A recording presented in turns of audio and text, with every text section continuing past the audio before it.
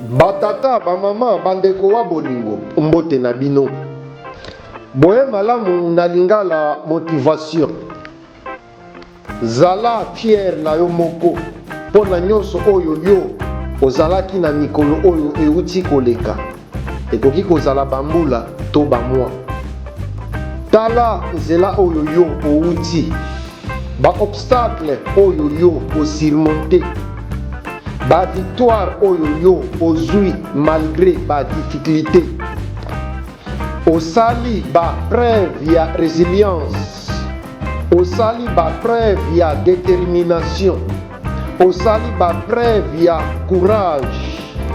Okomi bisika yo ozali sikoyo. Grâce ya makasi na yo ya kati. Mpe grâce ya persévérance na yo. Mi rappele yo moko na ba moment oyo yo okutanaki na ba problème mpe ba adversité mpe ba obstacle ya vie to ba obstacle ya bomoi.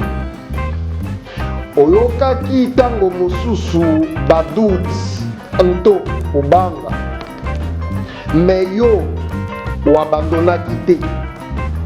Otokaki na ressource na yo, otokaki na confiance na yo moko mpo na kokoba na koavanse. Même tango nzela ezalaki molili et incertain, célébrer ba réussite na yo, ezala ya minene nto ezala ya mike. Étape nyonso yo oleki, objectif nyonso yo o atteindre, ezali ko mérité yo o célébrer yango. Ko minimiser ba réussite na yo te. Mpo ezali ba reflet ya ba engagement na yo, ezali reflet ya persévérance na yo. Koba na ko avancer avec confiance. Mi rappele que ozali na pouvoir ya kokokisa ba rêve na yo. Mpe kosala vie oyo yo ozali ko désirer. Kozala na mawate. Soki bato oyo ba entouré yo batiki yo. Esengeli yo oyebake na vie. Moto nyonso oyo ozokutana na ye azali na rôle na bomoi na yo. Bamisusu bako teste yo. Bamisusu bako utilize yo. Bamisusu bako tangisa yo. Kasi ya motuya ezali ba oyo bazali kobimisa le meilleur na kati na yo. Bazali rare et étonnante. Bazali ko rappele yo pona nini bomoi to vie oyo vaut la peine d'être vaincu. Zala na conscience ya valeur na yo moko ope kozala na kobanga te. Ya koseloigner na bato nyonso oyo bazali toxique. Mi entouré na bato oyo bazali positif et inspirante. Bato oyo bazali ko respecte yo. Mpe bato oyo bazali ko encourager yo pona kozala la meilleure version de toi-même. Anto meilleure version na yo moko. Apprécier ba relation oyo ezosala ke okola. Anto ba relation oyo ezo faire grandir yo. Oyo ezo épanouir yo et ezo pesa yo un sens profond ya existence na yo. Yeba ke yo pe ozali une personne précieuse et importante pona bato misusu.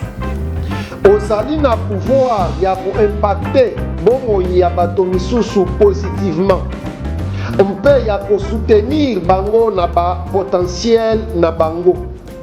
Na tango yo ozo cultiver ba relation oyo ezali authentique et significative. Ozali ko créer environnement oyo moto nyonso akoki koépanouir mpe kozwa bonheur. Alors pona na bokebi nyonso bato oyo yo okopartage vi na yo nto bomoi na yo, on peut investir énergie na yo na barelation oyo ezali koleisa yo mpe koinspire yo.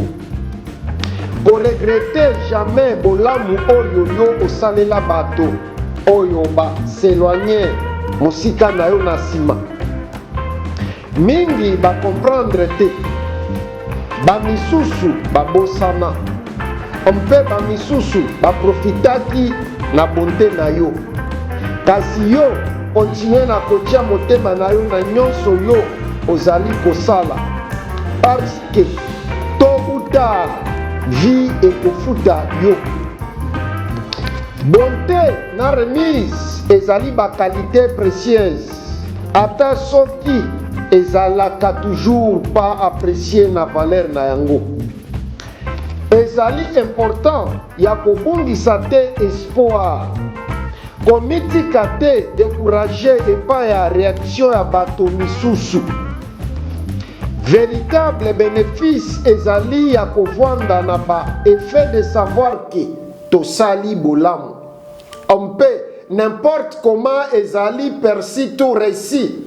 Vie ezali na manière ya ko rendre justice na moto nyonso na propre façon nango pe na moment opportun. Continuer na kolona bambuma ya bonté, na koyeba ke tôt ou tard ekobimisa bambuma nango. Zwata ya komi félicité yo moko mpamba te, ozali kosala yango mingi te. Tala passé na yo oko se rendre compte que outi musika olongi ba preuve incroyable que okokaki ata ko imaginer te. Ba cicatrice nyonso ezali ko témoigner bitumba oyo yo o anticiper pe ba défi oyo yo o relever. O tribiche oui, kasi tango nyonso yo otelemaki mpe na batermination nyonso ozalaki ya kobunga na koluka ba approbation ya bato misusu, na kozela ba misusu babetela yo maboko, na kozela ba signe ya reconnaissance. Kasi lelo oyo yo o réaliser ki approbation oyo yo ozali nango besoin ezali kaka ya yo moko, et o se rendre compte que ozwaki rarement tango ya komi félicité yo moko. Kasi nyonso oyo esili lelo ozali fier na yo moko, fier na ba victoire na yo moko, ata ya mike, fier ya ko garder ta tête haute to mutu na yo likolo ntango nyonso ezalaki komona na lokola eza ko s'effondre. Fier ya koyoka motema na yo ata tango bato to mokili mobimba ezali koyebisa yo ke okoresir te. Fier ya koyoka motema na yo ata soki mokili mobimba ezali koyebisa yo ke okolonga te. Fier ya koyoka motema na yo ata soki mokili mobimba ezoyebisa yo ke okokoma te. Mpe wana ezo mérité komi félicité yo moko. Merci fona koyo catholique ya Patrick Chimanga, tata ya Mayangani, mwana ya mama Christine Kalanga, mpe tongonani mbala sima. Merci beaucoup, mpe goodbye.